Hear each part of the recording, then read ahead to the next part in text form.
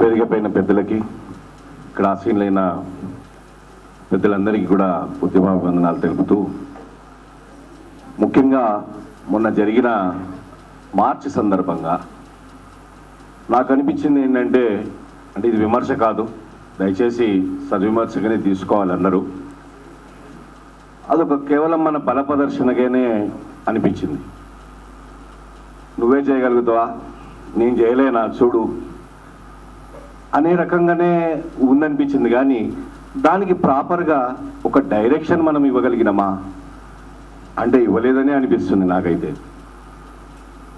కారణం ఏంటంటే, ఇంతమందిని వచ్చినాం ఏం చేయాలా, అసలు మన శత్రువు ఎవరు?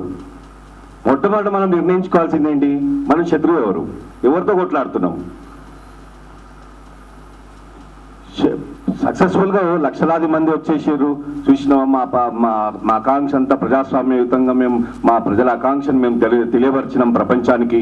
ఎన్నిసార్లు తెలియపరుస్తాం, ఎన్నిసార్లు ప్రజాస్వామ్యయుతంగా మన ఆకాంక్షను తెలియపరుస్తాం. తెలంగాణ కోరుకునే వాళ్ళు ఎంతమంది ఉన్నారని చెప్పి మనం హెడ్ కౌంట్ చేసి చెప్పాలని చూస్తున్నామా, ఏం చేయాలని చూస్తున్నాం మనం? అంటే ఏంటంటే, మనం శత్రువుని టార్గెట్గా చేసుకుని మనం ఉద్యమాలు పిలుపులు ఇవ్వనంత వరకు మనం ఏం సాధించలేమనేది నా యొక్క ప్రగాఢ విశ్వాసం. అసలు మన శత్రువు ఎవరు? ఇంటర్నల్ శత్రువులు ఉన్నారు, మనకి బయట శత్రువులు ఉన్నారు. ఇంత చేసి వీళ్ళ అరెస్టులు, అది వాళ్ళ రాసిన రాధాకృష్ణ రాసిన ఆర్టికల్ దాన్ని పక్కన పెడితే కూడా 2 నిమిషాలు మనోళ్ళు ఏమని చంకలు గుద్దుకుంటున్నారు తెలంగాణ మంత్రులు. అసలు మనం పోయి ఎందుకు అడగాల మనం పర్మిషన్? ఫస్ట్ ఆఫ్ ఆల్ ఎవరిని అడగాలి మనం పర్మిషన్? అంత ప్రజాస్వామ్యవాదులం అని చెప్పి మనం ప్రూవ్ చేసుకోవాల్సిన అవసరం ఉందా? సరే, అడిగినాక మనం పోయి మనం వాళ్ళని ఈ మంత్రులందరూ కూడా లైన్ కట్టి నేనే తెప్పించినా అని మాట్లాడతాడు ఆయన.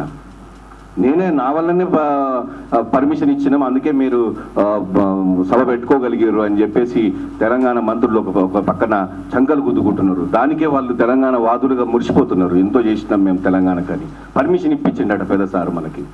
సో ఈ రకమైనటువంటి వ్యక్తులని మనం పక్కన పెట్టుకుని సంకలో పెట్టుకుని మనం శత్రువుతో యుద్ధం చేస్తామంటే ఇది ఎట్లా సాధ్యం? ఇది అసలు శత్రువు ఎవరు? వాడి ప్రధానంగా ఇక్కడ మనకి హైదరాబాద్ అంశం అనేది అతి ముఖ్యమైనటువంటిది. నాయకులందరూ కూడా ఈ అస్త్రాన్ని ఈ అంశాన్ని మర్చిపోయి మనం తెలంగాణ అంటూ ఒకే బండ గుర్తుగా మనం ఏకైక పాయింట్లో మనం ఎజెండాలో ముందుకు కొట్లాడుతూ ఉంటే వాటి కళ్ళ గంతలు కట్టుకుని మనం కత్తి యుద్ధం చేస్తున్నట్టుగానే ఉన్నదనిపిస్తున్నది నాకైతే. కాబట్టి మనమేమనుకుంటున్నామంటే, నా యొక్క ముఖ్య ఉద్దేశం ఏంటంటే, మెయిన్గా ఈరోజు హైదరాబాద్ ప్రధాన అంశం కాబట్టి హైదరాబాద్లో యుద్ధం చేయాలంటే శత్రువు ఇక్కడ ఒక చాలా ట్రిక్కీగా రకమైనటువంటి శత్రువు కాబట్టి ఇది ఒక వ్యూహాత్మకమైనటువంటి మనం యుద్ధం చేయకపోతే మనకు చాలా కష్టం. మన కత్తికి 2 దారులు ఉండాలా, 2 వైపుల పదులు ఉండాలి మన కత్తికి. అప్పుడే మనం ఇక్కడ హైదరాబాద్లో మనగలుగుతాం. ఇది ఒక కాస్మోపాలిటన్ కల్చర్ ఉన్నటువంటి నగరం కాబట్టి ఇక్కడ మనం అటు మాట్లాడాలి, మేధావితనం ఉండాలి, మన కళానికి 2 పదుపులు ఉండాలి, మన కలము నడవాలి, మనం కత్తి కూడా పట్టుకోవాలి. 2 సాధ్యమైనప్పుడే, అంటే నా ఉద్దేశం భౌతిక దాడులకు దిగుదామని కాదు. ఇక్కడ వాళ్ళకి ఎప్పుడైతే కాన్ఫిడెన్స్ వచ్చిందో, మేము మనగలుగుతాం, ఇక్కడ వీళ్ళేం మమ్మల్ని చేయలేరు, వీళ్ళతో ఏమవుతుంది అనే కాన్ఫిడెన్స్ దీని ద్వారా ఇంకా పెరిగిందని నేను అంటున్నా. నిన్నటి మార్చుతో వాళ్ళు ఏం చేయగలిగారు?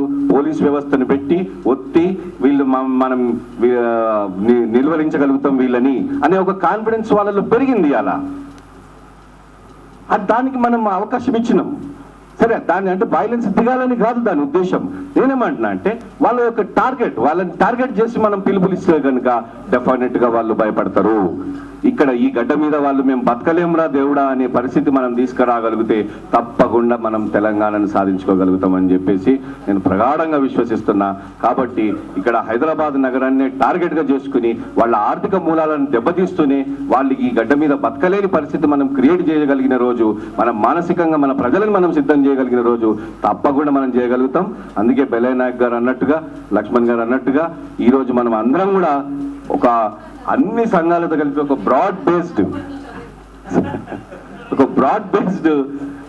మూమెంట్ని మనం హైదరాబాద్లో బిల్డప్ చేసుకునే కనుక, ఎందుకంటే తెలంగాణ కావాలనే వాడు ఇక్కడే ఉన్నాడు, తెలంగాణ వద్దనే వాడు ఇక్కడే ఉన్నాడు, ఇద్దరు రెండు సంఘాలు చెరో పక్క ఉన్నారు మనకి. వీళ్ళతో మనం ఫస్ట్ యుద్ధం చేయాలా, మన శత్రువు ఎవడో మనం తెలుసుకోవాలా, అది చాలా ప్రధానమైనటువంటి అంశం. సో శత్రువుని టార్గెట్గా చేసుకుని మనం ఉద్యమాలకు పిలిపిస్తే తప్పకుండా సక్సెస్ అవుతామని చెప్పేసి నేను ఆశిస్తూ నాకు ఈ అవకాశం ఇచ్చినందుకు ఉద్యమాల వందనాలు తెలుపుకుంటూ ధన్యవాదాలు అందరికీ. జై తెలంగాణ.